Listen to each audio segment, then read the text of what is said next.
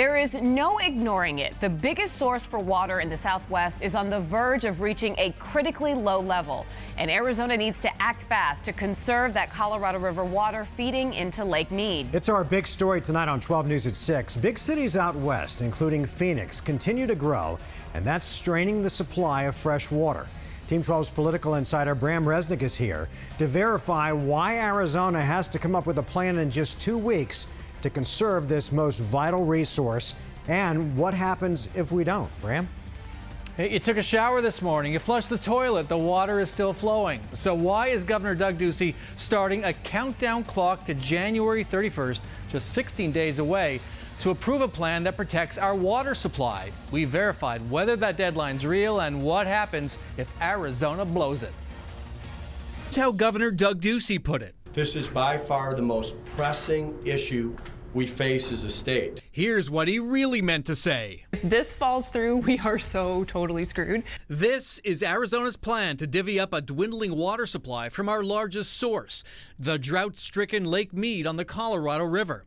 The governor and legislature are running out of time. Today, it's 16, and the clock is ticking. The deadline is January 31st. So who set that deadline? Our success has often had one common thread, and that thread is that deadlines matter. We verified it's Brenda Berman, an Arizonan and the first woman to lead the U.S. Bureau of Reclamation, which oversees Lake Mead. 5 of the 7 western states that share Lake Mead have filed their plans to manage their water and protect Lake Mead as a longer-term source. California and Arizona are the laggards, but California has pulled ahead of us. Close isn't done.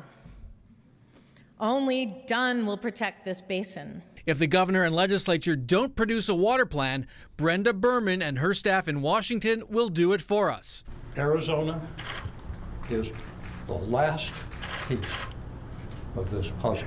Bruce Babbitt was the last Arizona governor to craft a major water deal in 1980. Arizona history, he says, has this warning about failing to produce a plan. Every time that happened, we lost.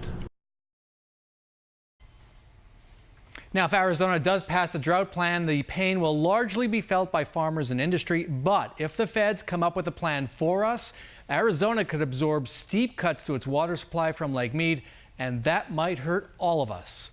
Let's send it back to you. All right, Bram, thanks.